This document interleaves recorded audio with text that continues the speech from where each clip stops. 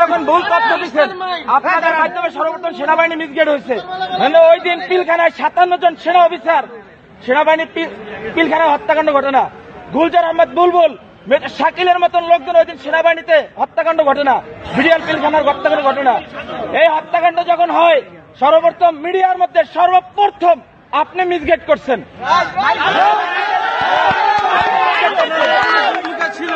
এই দেশে 52,000 রয় সদস্য, এর ভিতরে আপনি একজন।